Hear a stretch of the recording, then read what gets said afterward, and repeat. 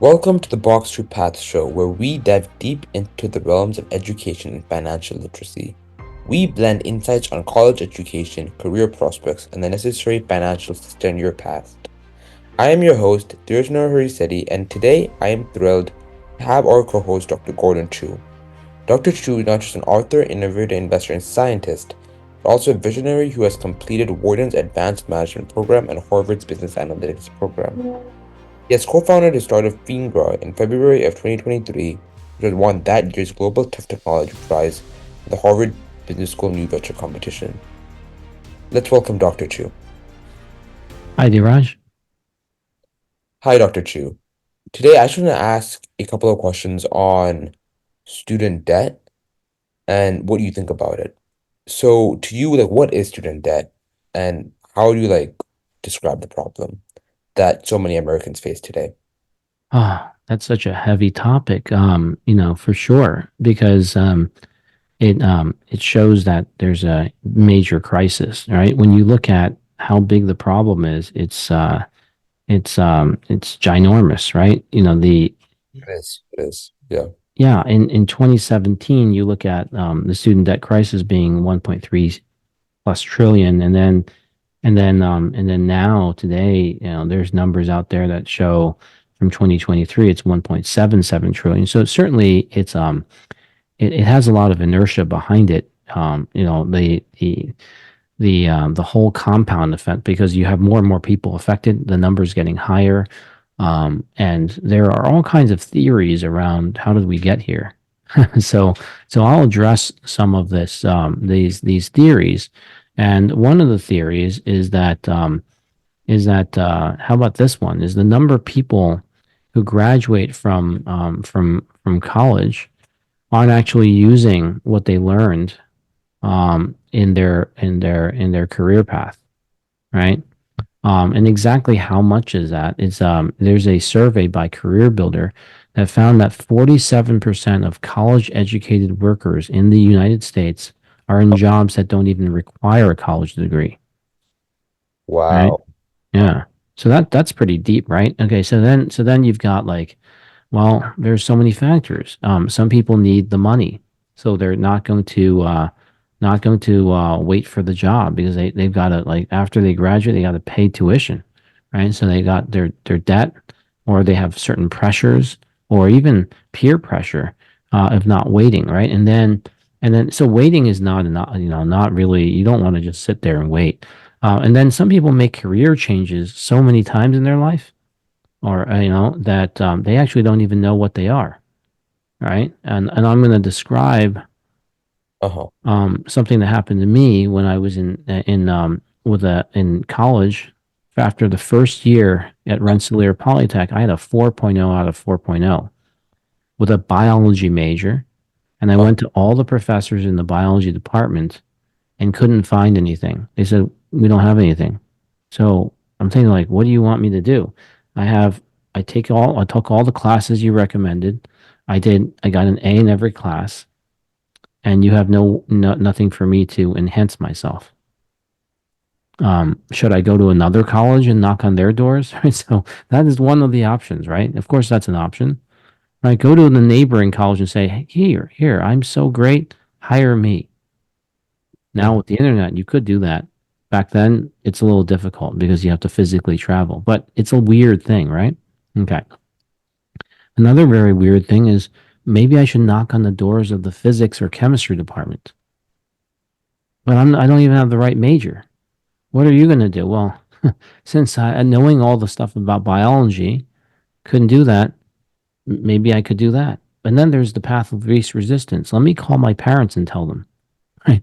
If I told my parents this, they would say, you should come home. Wow. Maybe not very helpful, right? Or, you know, or they'll call their friends and they might have a summer job, doing golf caddy, something like that, or working at a restaurant, Uh-huh. right? Work at the takeout restaurant.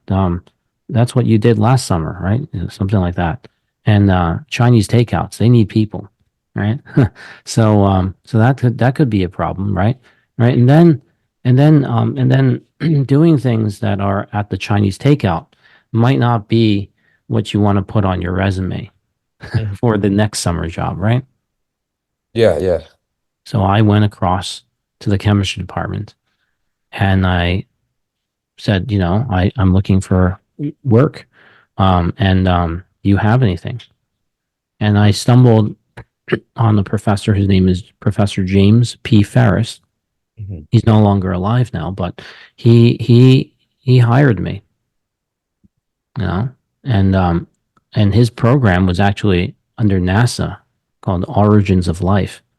So suddenly now I went from having nothing from the bio department to working at NASA with a Wow. bio major, right? So I wasn't even relevant, but it was somewhat relevant because it was called Origins of Life. So I was looking for alien life. Uh-huh. Yeah, I was working on do aliens exist? Yeah. Imagine Wow. putting that on your resume, right? Yeah. So for the people who understood chemistry, I Mhm. said it was the origins of life, and for others who didn't know what I was doing, I said, "Yeah, I'm looking for aliens." Yeah, it makes people laugh, right? Yeah. Yes. So that was my summer job. That then eventually led to Howard Hughes the following summer, Mhm. and then I went to the psychology department, made friends with Professor Larry Reed. He's still alive. Go look him up, right? And so Emeritus Larry Reed hired me to look at drug addictions. So now I'm working with the National Institute of Drug Addictions, NIDA, and I'm also a NASA badge holder, so I have both access, right? And then that attracted Howard Hughes. People know who Howard Hughes is because of the movie, um, and um, and that's how you put life together, I see. right? Not easily. And I didn't go to my guidance counselor Uh-huh. because I just felt, it's hard enough as it is. And my college guidance counselor, what are they going to say? Now, my college guidance counselor did reach out to me because they said you're taking too many jobs. Really? You gotta like, and by the time they did reach out to me, I was already had the internship with Pfizer and other ones. They said you got too many positions. Those positions that weren't even offered on my college campus. They said we need to make it more like fair for everybody else. So you need to give some of those up. Wow. Yeah. So I felt I was somewhat right in not going to my college counselor because they said, we're talking about like, you should don't you want quality? Yeah, but yeah, but I I don't know what to say. I'm speechless because you want me to give equality, and here I was knocking on these doors. There wasn't any sign for this. Mhm. You earn it, and then you're forced to give them away. So That's that's what I did. I had to let it go. that's actually insane. Yeah, yeah. Yeah. Just a little tidbit is the more I got. Thankfully, it was towards the end Uh-huh. of it wasn't my freshman year summer. That was the origins of life, but I got 3 years out of it before they had to put a stop to some of this. Um, but I kind of created a path, and so long after that person left their job, I got brought back almost on a yearly basis. Sometimes they skip a year, but I talk about how to how to put together your life path at Mhm. Rensselaer Polytech.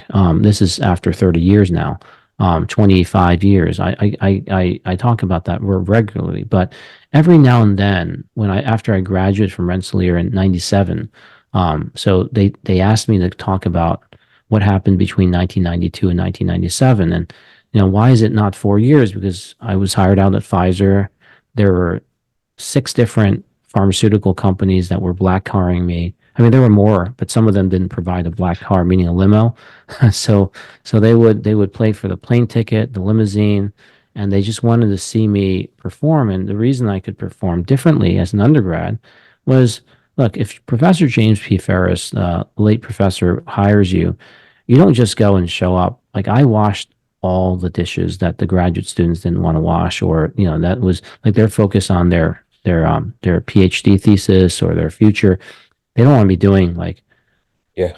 chemical glassware washing, but I did all that, and I did it was like there was always clean glassware because I would be washing them, um, and I would do that to like be like a good undergrad, right? So the graduate students in each lab loved what I was doing for them because Oh, they want to focus on their thesis. Like if they want to graduate and live their life, right? They don't want to be stuck as a graduate student. So they would teach me things that would give me superpowers as an undergraduate. Like I would know how to do. It's almost like if someone told you calculus uh-huh. while you were in third grade, what would Wow. happen? Right. So you wouldn't know what they're talking about. That's what would firstly happen. But then eventually you start understanding it. Kind of like, right, I'm bringing you to the Wharton, you know, um, Bad dad. the weekend, right? You're Yeah. my guest, right? Guess what's going to happen to you on May 17th and 18th, right?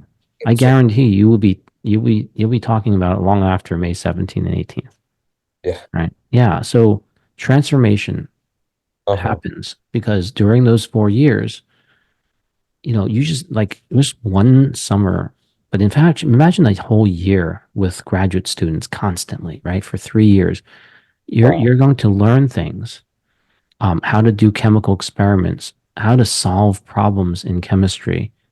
I started, it was like think of a curve. I was going like y equals x, like a linear line, because that you get spoon fed in college so that you take the classes they ask you to take, and you have some electives and things like that. But imagine having another curve that is being generated at y equals x to the fifth. You put in x equals 2 and y equals x, and you get 2. And it's hard to go from 2 to 10 because that's like a 500% increase. But you put x equals 2 in the equation y equals x to the fifth, that polynomial is going to get you a 32, right? 2 to the fifth power is 32. So you're going to like suddenly be growing exponentially, right? Yes, you are. Yeah. Yeah. So what does that mean? So what it means is you're now very hireable, very attractive. They look at where you are, they look at your age and the way you speak, and they said like I've heard things like, after they interview you, I've heard things like Jesus Christ. So I said, no, that is not my name, right? But well, I'm so thankful that I, in the pain that I suffered in the first year, right, Uh, of that summer, turned into the fuel that drove that attitude. Like you hear people talk about waking up at 5 in the morning, and that leads to like a better life, or you become more competitive. And I say that's totally not true. really? Why? Because imagine if you wake up at 5 in the morning and you did nothing all day, or you did all the wrong things all day. It's Oh, not just, right, waking yeah. up at 5. It has to be in combination with what you do. And I did not have to wake up at 5 in the morning. I just had to not sleep until like sometimes 3 in the morning. And I had to skip some classes because I had to, and I did skip classes, by the way. So, because I skipped undergraduate classes, but I wasn't skipping to do nothing. I was learning the intricacies of graduate school. Hmm. And so by the time I went to graduate school in chemistry, You knew everything. Most of I know I knew all the things I wouldn't want to be doing. So I knew that I wanted to pick projects that would lead to something. That's a really important thing. There is a song, like a parody that someone put out there on YouTube that is called that uses Lady Gaga's song, uh-huh. but it's titled "Wrong Project." So I think if you Googled or you went on YouTube and said Lady Gaga "Wrong Project," right, and then you may get and then type in parody, right, you may get what I'm talking about. Yeah, it's the first thing that comes up. It's 4.9 million views 13 years ago, and it's from Professor Zheng's lab, Zheng, and it Yeah. has bad project, Lady Gaga parody, right? And yeah, you know what happens if you pick the wrong project? you will just be like, it'll, your life is done. You just went, you took your GREs, you got into graduate school, you're there waiting to graduate, and you have the wrong project. Well, welcome to imprisonment, Yeah. right? Yeah, your PhD may be like 8 years, 9 years, right? So it's not just focus. It's also, some people say, being lucky. Uh-huh. Um, you know me, it couldn't have been luck. Yes, there was some luck involved, but I think that eventually you want to convert the luck into repeatable scientific reliability, Uh-huh. right? Yeah. Yeah. Hmm. Wow. And then this really getting into that good project, learning the undergrad, learning grad stuff in undergrad, accelerated your career to be where you are today. Well, you asked me the question on the student loan debt. I think that when you look at the problem, it's almost like saying so many dishes need to be washed. Where do we start, right? Well, one is we need to look at being proactive, right? So all right, so you got the lab thing. Why didn't you just stay in that lab? Because everybody in the lab already knew what I could do. So I wanted to do more because I'm not going to rely on just that lab. I think critical thinking is important, communication is important, problem solving is important. These are all very important things that people hiring look for. But how do I know I'm really capable of the critical thinking, the communication, the problem solving if I don't test the waters with Larry Reed? Now, Professor Larry Reed and I became friends, Uh-huh. um, even to this day. Yeah. So Wow. 1994, 2024, that's 30 years. I mean, but Hmm. I'm an old soul. I'm even friends with my high school teachers who are still the ones that are still alive. I mean, we go back to 1990, 1990. So that's 34 years or I started high school right in 1988. Entered college in 1992. So, those 4 years, by my Yeah. second year, I'm still friends with my track coach, Mr. Tim Wilson. We text each other and we even Wow. had lunch. So it's like, why stay in touch? It's just, gratitude. I have to tell you, gratitude leads to happiness. It You got to does. stay in touch with the people who built you. He built me. Yeah. Yeah. He launched me, like he worked me hard in track, but he also worked me hard in AP economics in high school so that I was able to represent my state for the national competition. And then that's where you watch yourself get destroyed because there are so many people who are Uh-huh. just, some people are born better. Like they have talent or they just spent like 10 times more time than you. So you're not, they're exponentially ahead. You're not going to catch up to that, but it's okay. We all play our own lane, right? We do our things, and there's nothing wrong with that. Don't be envious and don't be jealous. Don't make people envious and don't make them jealous either. So it goes both ways, right? You got to see like how can you make it work, right? Exactly. Yeah. Right? Imagine in a job where someone like is envious of you and that doesn't lead to better productivity and you're Uh, or you're envious of them, so you're trying to like take what they have, right? And in fact, if you look at ancient texts, right? For example, the Ten Commandments is a big one. There are two commandments that talk about like don't take other people's things. So it's like two commandments as opposed to one, right? Don't covet the other, and thou shalt not kill. Don't kill that person either, right? So it's like, yeah, well, yeah. What do I'm supposed to do? I need to compete. Oh, stand on the shoulders of other giants. Do what you're supposed to be doing, but figure that out, right? And mhm. and if we all did that, then we might arrive at a conclusion that maybe colleges are not being proactive enough, but did you look at that when you were selecting colleges? Like, which college is more proactive in helping you figure out the right job for you? Not get you a job, right? Remember, getting you a job doesn't mean that you'll like the job. Getting a job that's right for you that you'll like, that's a very different task for your college counselor. I want them on that. Like, imagine if they started working on what do you like?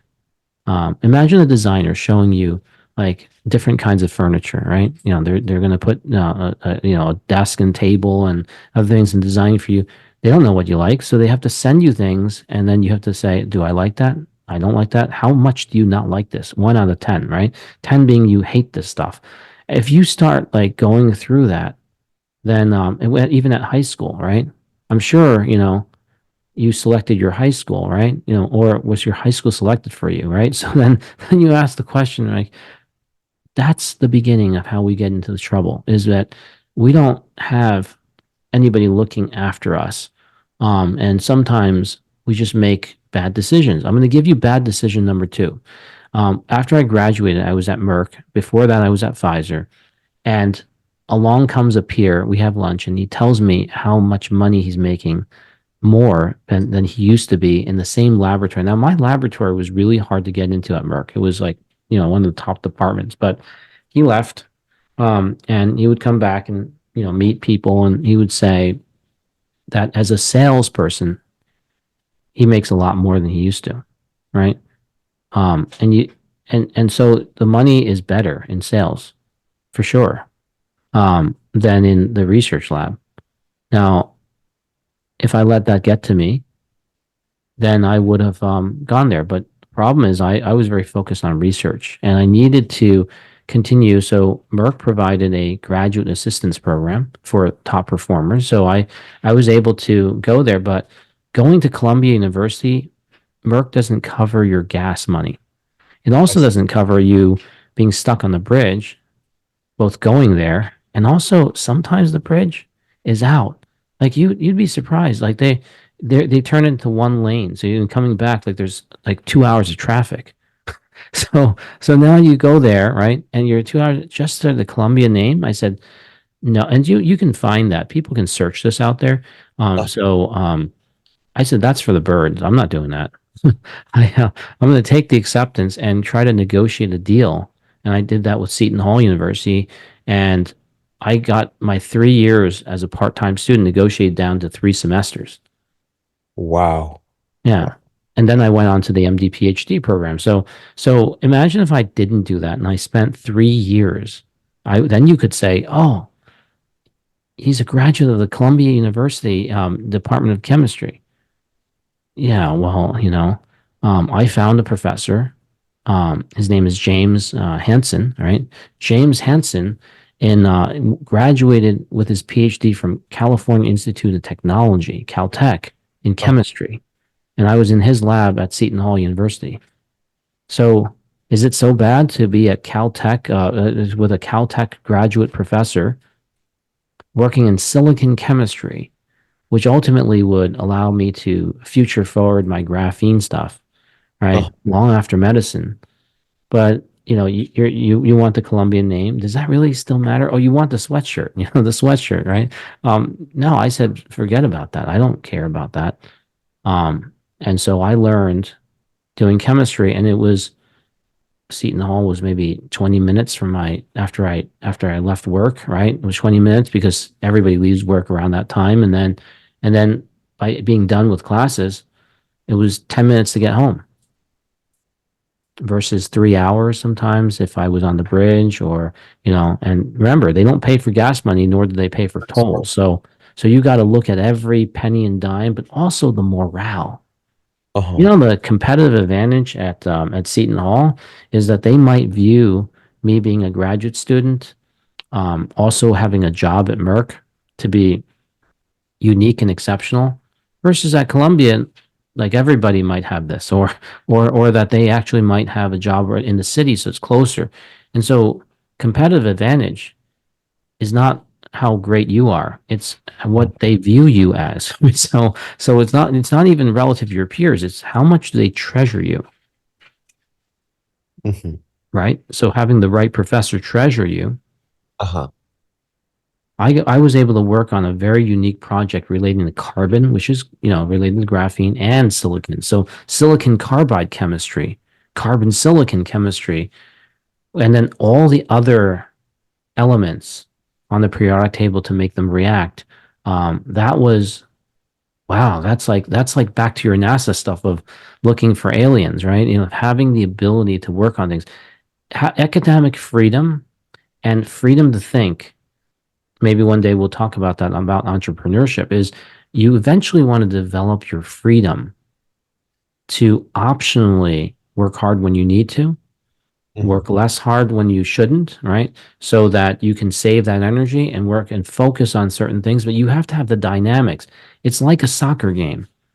Sometimes you need to be offense and sometimes you're playing defense, but imagine if you can't play offense because you have no offensive ability now. So you're just defending. You score 0 points at 100% defense. You know you're not going to score any goals.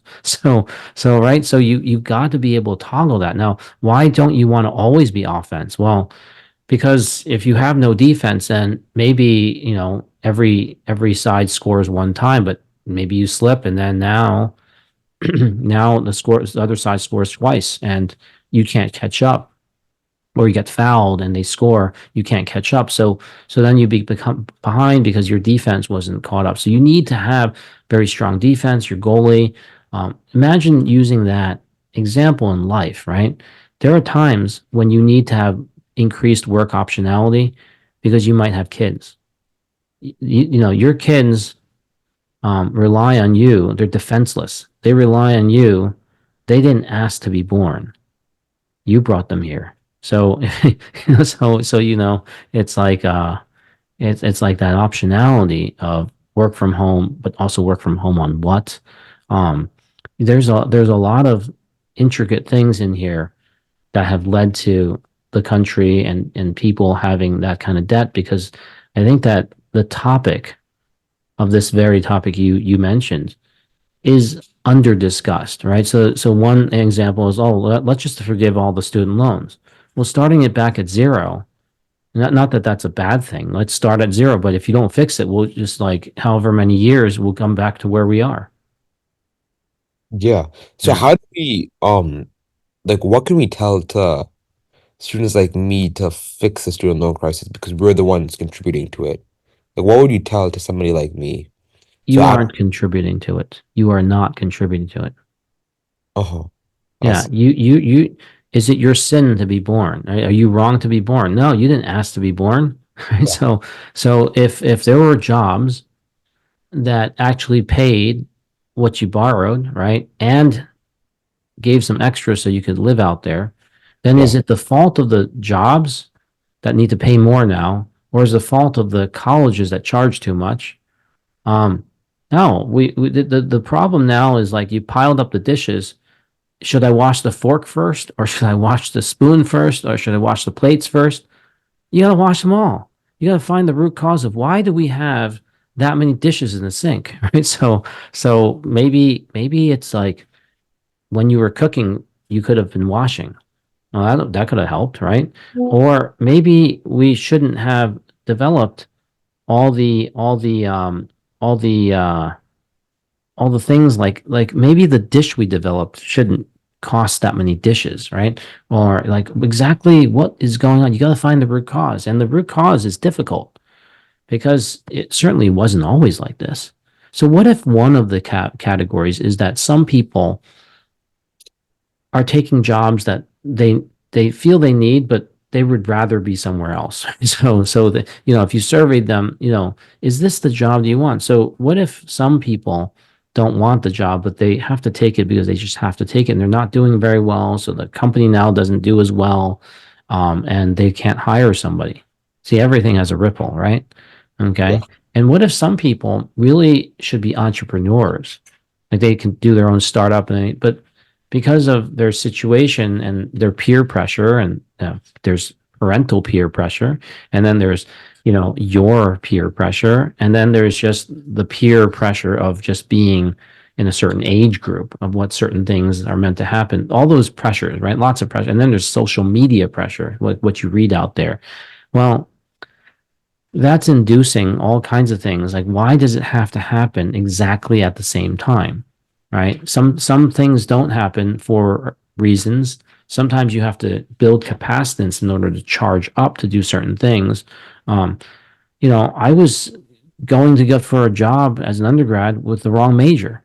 Yeah, but with the right major, it didn't happen. Why does that happen? I don't know why it happens, but when it happens, you have to create it. Now, so don't use my example to say, all right, if I follow exactly what he did, that's the magic formula. No, it's not the magic formula. It is one formula. So don't Mhm. listen to someone who says like 5 in the morning, if you wake up, you'll become super capable. No, it depends on, well, whether or not staying up later gives you more like capability. It's whatever, like you have to be able to step on the gas and sometimes step on the brake. If you just like use the gas pedal and let your foot off, but don't use the brake, you might run into an accident, right? That you need the brake. You have various tools. One of the greatest tools that's being created now Uh-huh. that everybody should listen to is this podcast that you're working on. I'm past this, right? But you kind of like got me interested in the very problems of how we got into this is we don't talk about it enough. That's the number one root cause. We keep No. talking about it, then You other know, people who have solved this problem for themselves, what happened? They'd share their thing. Like, it's just like if you don't talk about things, then I certainly couldn't call my parents to tell them that I couldn't find something with a 4.0 GPA in a bio major. What are they going to do? Well, they might say, "Oh, that's life." All right, that doesn't help me. Or they might tell me to come home. That definitely doesn't help me, right? So I needed to figure it out. But I did it alone, and so there was some randomness to it. I don't know what happened. Maybe it was all so that we could have today's podcast. But I don't know. Right? You just do these things, right? But what if it could be more open and discussed and transparent so that, right? The key is the so that. Why do we want this? So that we can get some people to figure things out and they could share because they learned about this and they got shared. And by sharing, imagine if we wrote someone's name on a balloon and we said, all right, well, whoever finds their name with the balloon will win $1 million. All right. So, but you have to do it within an hour. Okay. So you have 100,000 balloons, and there's like, let's say, 100,000 people in the room.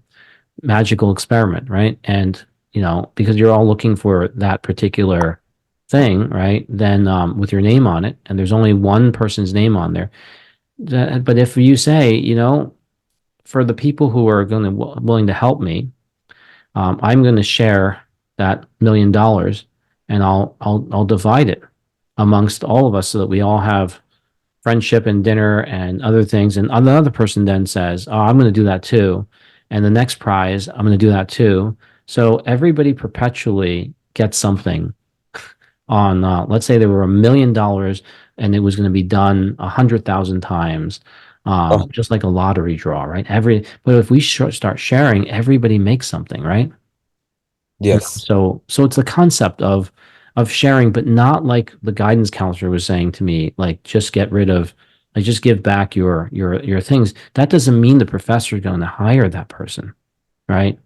So it's not like, let's take from the rich and give to the poor and that'll solve the problem, or let's just forgive the student loans and that'll solve the problem. It is actually discussing what is the problem? Like, whose fault was it that I was a bio major and with a 4.0 well, maybe the fault is the concept of your GPA leads you to a job. Or maybe the fault was the guidance counselor didn't know about this earlier and solving the problem. So then a solution was created that may not be so good. It wasn't good for me. You think I enjoyed learning graduate school during my undergrad, right? So I didn't enjoy all the aspects of it. I could lie and say that was enjoyable, right? But it wasn't enjoyable. I had to give up a lot of hours and a lot of sacrifice, only to find out that someone viewed it as injustice. It's really, really important to be honest and to open up the conversation, not with an end goal of everybody will get jobs, but let's talk about this more. I see. Yeah. Because I feel like, say you did something wrong back then, and then say you didn't go out, say you didn't knock on the doors, you wouldn't be where you are today. Yeah. And I feel like Yeah. me out that you did that.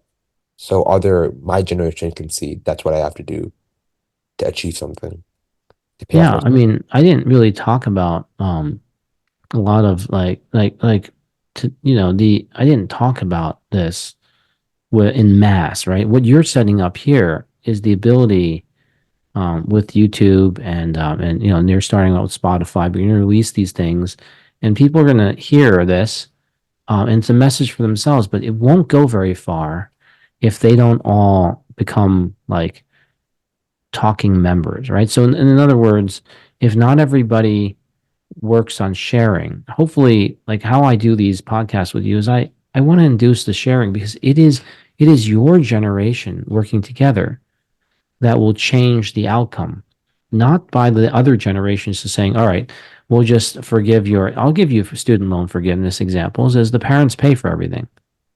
Has that solved? Because there are some parents that pay for everything. So are they able to pay for everything? But you gave me, right, in what you sent me, we talk about losing literature and you sent me the literature because you're interested in the question. So just giving you the credit for this 1.77 trillion number. Um, yeah. So we already have parents who can pay, and then we have parents who can't pay, and that's why the number is 1.77 trillion. Also, of course, we might have some parents who can pay who choose not to pay, right? Obviously, that's always going to be in there. So what should we do? Force them all to pay and then or forgive all the loans? It is, how did we get here? All right. And maybe talking with some of the companies that are able to have the budget to hire, and they've hired people out of college and they found out that they don't know anything relative to the job requirement. Hmm, Mhm. that's interesting, right? That's another really peculiar thing is you're asking me to hire this person, um, but they don't have the skill set. Well, didn't that happen to me? It did, right? I didn't have the chemistry skill set to work in origins of life at NASA as a bio major with a 4.0. That was me. So how did James P. Ferris, right, the late Professor Ferris, hire me? Like, why did he hire me? First of all, the cost to hire me was $5,000 for the summer. That's a bit expensive. Yeah, but if I worked in a retail job or if I did golf caddying for the whole summer, that's 3 months. So 5,000 divided by 3 months, right, is not that expensive, Oh, okay. Yeah. right? $1,600 a month. So and then if you divide by okay now watch what happens if I divide by 30 days, Uh-huh. that's equivalent to $55 a day, and I worked about 12 hours in the laboratory, so I was making $4.60 an hour. Uh-huh. I see. Yeah. Yeah, I would work like that. So at $4.60 an hour, do you know, you know, the ghost of Professor Ferris, right? He's probably going to tell people, other professors, like, I've got this undergrad who like spends 12 hours in the lab, and he's there every day of the month, right? And he washes all the dishes. Yeah. Well, the Professor Larry Reed is still alive. We had like 1,000 rats in his laboratory. So the rats have to be fed. The poop has to be dumped. I Uh-huh. would do that in the psych side That's the type of troubles you went through to get. to get not the professor to teach you because they don't do that. So they only teach it when you're in the classroom. But the graduate students are really grateful. So then they teach you some things. Uh-huh. Yeah. I I've see. even learned, right? Don't tell the professor that you got all the data yet. Hold it back because all the professor's going to do is if you give them, the thing ahead of time, they're just going to give you more work to do. They're going to work you harder because, their objective is to advance. So don't tell them yet. I learned that from the graduate students. So, I right. see. So, Uh-huh. they said, you solved the problem, and that was asked for the lab because eventually you get some projects to work on, and they said you solved it 4 months ahead of time, and they said, are you crazy? You tell them you're going to get more projects, and then but you're not going to get thanked. I mean, but what I learned, that's not really true, right? But what I learned is there's a lot of unhappiness at the graduate student level, Mhm. I see. right? So how do you solve that, right? There's so much unhappiness because they don't talk. They talk to the undergrad because what is the undergrad going to do, right? I'm under their power, so I just listened to this stuff, and by the time I got to graduate school, Uh-huh. I was fed all this unhappiness and strategies around the unhappiness. And was it completely correct? It was correct from their perspective. It wasn't completely correct on a higher level Uh, because all you're doing is hurting yourself by not letting the professor work you hard, right? And so that you don't multiply. But at the same time, that's not what you're thinking as a graduate student. You need to get out. And just like a teacher that says to you in high school, let's make it up so that, I know you're strong in your sciences, but let's make it up so that you're our teacher. You said that you need to work on our photography. You need to work on getting that photograph really right. And you're thinking like, I'm never going to do this again. I just want an A in the class. Right. So, right. So you have to, it's not just like being idealistic and sharing. You have to also think about, does it match with what the student wants? So it's the matchmaking of the learning, and understanding the pains and frustrations that matter in dealing with this. Like, let the people who are entrepreneurial, help them. Maybe they then won't take a spot because they've got other things that they're occupying on that they like, right? But you gotta get to know each and every person on a very individualized level, at a high level, at a deep level. And there's just nobody going to do that. I mean, what you're going to build, what you're building here, may have a chance at achieving that, right? Yeah, as long Hopefully, as we don't lie, as long as I don't go and tell you only the good things, then I guess people start opening up, right? definitely. They're gonna start looking at this and being, Yeah, the truth will set you free. So it's very Harvard, right? Veritas, searching for the truth, right? In Latin. So you aiming for that truth. The truth is really letting go of that ego and being willing to talk about these things and saying one wrong decision, right, could have obliterated the entire path this podcast because I wouldn't be where I am at certain critical junctures, right? Then there's all the decisions of what should I eat tonight. That wouldn't have changed, right, the outcome so much. So or maybe it could, but it's just really, really having open discussions. We lack doing that because we just think that if we just work hard, we'll save ourselves. But remember the quote, you can run, but you can't hide. Like, where are you going to hide? This whole thing is not just a national problem, it's a global issue. uh-huh, I see. Yeah. Yeah. And I really think Box Your Path will be solving them. Yeah. Just think of the name.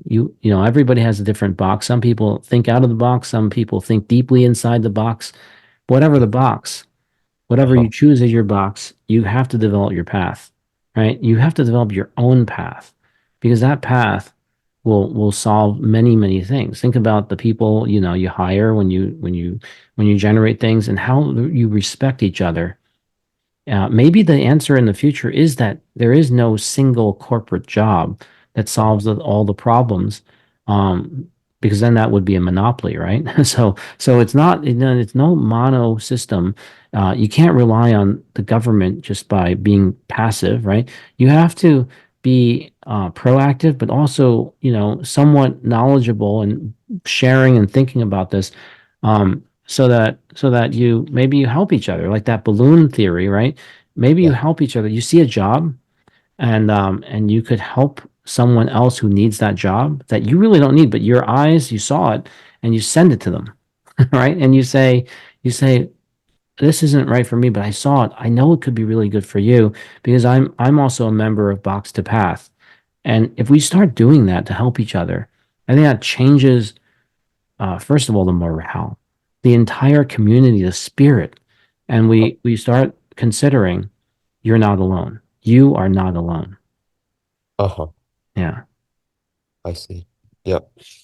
And I think that concludes our episode, and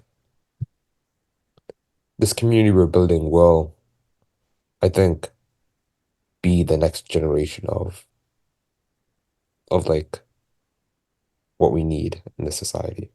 I certainly believe in you. That's why I'm doing this and making the time for it. This is all voluntarily, right? Me offering time, and because I believe we need this. I have children. I know they'll need this.